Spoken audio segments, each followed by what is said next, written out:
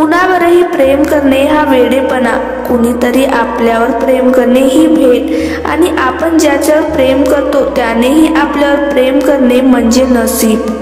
प्रेम असो वा मैत्री, जर हृदयापासून केलं तर त्याच्याशिवाय आपण एक मिनिट राहू शकत नाही. ज्या व्यक्तीवर प्रेम करावे ती व्यक्ती मिळेलच असे काही नसते. त्या व्यक्तीच्या मनातही आपण आहोत ही भावनाच आयुष्यभर पुरणारी असते. एखाद्या व्यक्तीवर प्रेम करताना त्या व्यक्तीला परमेश्वर समजून प्रेम करा, त्यापेक्षा बिलकुल कमी समजू नका. तुम्हाला तुमचे प्रेम परत मिळेल किंवा नाही, समोरची व्यक्ती प्रतिसाद देईल अथवा नाही याची काळजी करू नका.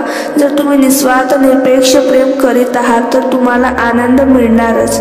प्रेम आहे तिथे आनंद मिळणे हेच प्रेमाचे स्वाभाविक सौंदर्य आहे. प्रेम आणि त्यातून मिळणारा आनंद कधीच दुसऱ्याच्या प्रतिसादावर अवलंबून नसतो, तो फक्त तुमचा असतो. गुंतलेला जीव सोडवताही येत नाही आणि सुटत पण नाही. कोणी म्हणतं प्रेम मिळायला नसीब लागतं, तर कोणी म्हणतं हिंमत लागते. पण मला वाटतं की ते मिळायला समोरच्या व्यक्तीचंही आपल्यावर प्रेम असावं लागतं. आवडणे आणि प्रेम यात फरक आहे. एखाद्या व्यक्तीच्या गुणाच्या मुळे ती व्यक्ती प्रिय होणे म्हणजे नुसते आवडणे. दोष ठाऊक असूनही व्यक्ती आवडणे म्हणजे प्रेम. जेवढं घट्ट नातं तेवढेच मान अपमान. परक्या माणसाला आपलं प्रेमही देणं लागत नाही आणि क्रोधही. कधीतरी वाटतं कुणीतरी असावं माझ्याप्रमाणे मलाही माझं म्हणणारं, माझं म्हणता म्हणता माझ्यातील माझे पण जाणणारं. कुणीतरी असावं परक्यांची या दुनियेत आपलेपणाचं नातं जपणारं. कुणीतरी असावं आयुष्याच्या प्रवासात माझ्याबरोबर 2 पावलं चालणारं.